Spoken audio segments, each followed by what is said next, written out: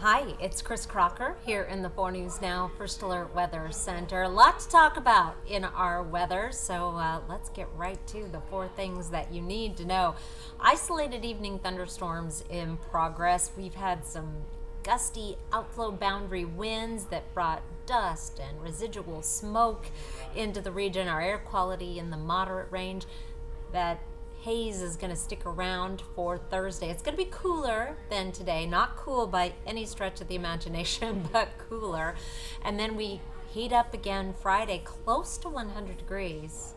Could hit 100 degrees. I don't think we will, but if we did, that would be something. I'll explain in a moment. And then a warm, sunny weekend. I have dialed the temperatures down just a hair again. I dialed them up and I'm dialing them down. I think got the truth of it now, though.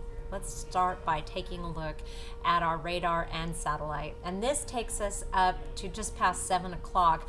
And we've had this weak disturbance moving through, producing some high-based convection. We've had a few lightning strikes, not a whole lot, not much at all in terms of precipitation. But when you get that little bit of rain, cooling, that very dry air, that rain-cooled air produces this downdraft. It hits the ground, can't go anywhere, can't go through the earth, so it spreads out, creating a gust front. And that's what swept up a bunch of dust and smoke and gross stuff right through the Spokane area during the dinner hour.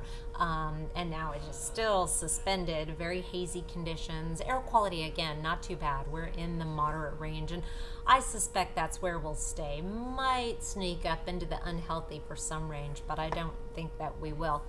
Anyway, you can see a very distinct back edge to this fun as this system moves to the north and east. Still could hear some rumbles of thunder around the region yet this evening, but will be quiet overnight. And again, not much of any, if any, precipitation coming out of this system. I like to say it's just enough to really destroy a car wash, like a few sprinkles, and there's so much dust and smoke in the air that it just leaves this nasty thing on the hood of your car or on your deck or your patio furniture. Oh gosh, I should have told the kids to bring that in. I digress. It was 100 degrees today. That ties our record, or today, from 1967. We were on pace to get to 101 and break the record, but then the clouds came in right in the peak heating of the day, kept us at 100, so we tied the record. We've also tied the record for the most 100-degree triple-digit days in one season. This was our sixth record set back last year's epic year of heat. Could we get a seventh day? We've never had, since records have been kept in the late 1800s, a triple-digit day in September in Spokane.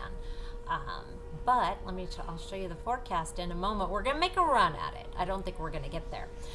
Here's a very broad view of the upper level winds. I'm just going to zoom in. I don't know why I started out so broad. There's our little disturbance coming through. It is not very impressive. Just a weak little disturbance, weak little ripple that is kicking up the convection tonight. So our winds are shifting tomorrow. That's going to help bring in some dust and such. But high pressure is building back in for another warming trend, for a dry, fairly tranquil day tomorrow. Here's a look at our smoke forecast starting off Wednesday evening, and you can see definitely in the mid and upper levels we may have that increased haze tomorrow, in what otherwise would be a beautiful blue sky day. Here is your planning forecast. 93 tomorrow with hazy sunshine, 98 on Friday. Could hit 100. I doubt it. Odds are against it. It's not out of the realm of possibility. Saturday, breezy and 85 degrees. Sunday, back up to 90. And then we're in the 80s from Labor Day on through the middle of next week. No sign of precipitation. And there we have it. Thank you so much for watching. I appreciate you, and hope you'll join me tonight on 4 News Now Nightside at 11 o'clock.